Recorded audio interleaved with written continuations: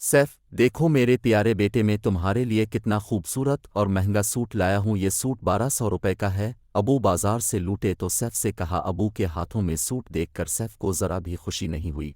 क्या बात है, तुम अपना नया सूट देखकर खुश नहीं हुए? अबू का हैरत से बुरा हाल था। सैफ ने अबू की बात का जवाब ना दिया और अपने कमरे में जाकर दरवाज़ा बंद कर लिया। अबू फटी फटी आंखों से सैफ को देख रहे थे। आज मैंने अपने बेटे के लिए मज़े मज़े के पकवान तैयार किए हैं, बिरयानी, मछली के पकौड़े और भी बहुत कुछ। उम्मी जान ने पकवानों का चटखारा लेते हुए मुस्करा कर कहा, मगर यूसुफ तो खाली प्लेटों को तुक के जा रहा था। उम्मी जान और अबू ने हैरानी के आलम में एक दूसरे को देखा। सैफ, अरे बेटा देख तो तुम्हारी उम्मी ने किस कदर लजीज खाने बनाए हैं, देखोगे तो तुम्हारे मुंह में पानी भर आएगा। अबू ने सैफ को दूसरी दुनिया से निकालते हुए कहा और वो अबू की आवाज़ सुनकर चौंक गया। सैफ बेटे, तुम्हारी तबीयत तो ठीक है? उम्मी जान ने परेशानी से सैफ की गाल पर हाथ रखते हुए कहा। इस बार यूसुफ ने कुछ हिम्मत करके उम्मी अबू से बात कह डाली। उम्मी अबू, आप लोगों को मालूम होगा कि हमारे पड़ोसी नवीद अंकल का इंतकाल हो गया था। उनकी बीवी और बच्चे बहुत गरीब हैं, वो भूख से तड़प रहे होते हैं। नवीद अंकल की बेवा सकीना बीबी सिलाई मशीन से लोगों के कपड़े सीती है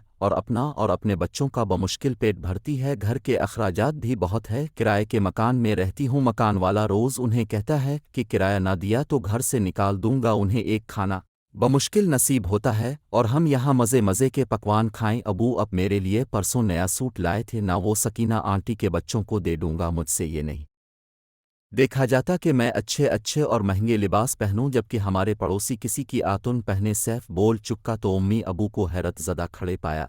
हाँ बेटे, तुम सच बोलते हो। हम अपनी ज़िंदगी में ऐसे खो गए थे कि हमने अपने गरीब पड़ोसियों की खबर ही नहीं ली। हम लोग बहुत बुरे हैं। अबू शर्मिंदगी से बोले तो उम्मी ने भी कहा, हाँ अब दोस्त कहते हैं, मैं आज जाकर सकीना बहन के हाल अहवाल मालूम करूंगी और हम सब मिलकर उनकी मदद करेंगे ताकि वो भी एक आरामदेह ज़िंदगी बसर कर सकें और उनके बच्चों के लिए खाने का सामान और कपड़े भी ले जानेगी। सैफ उम्मी अबू की बातों से मतम्मन हो गया और उसको सच्चा सुकून मिला।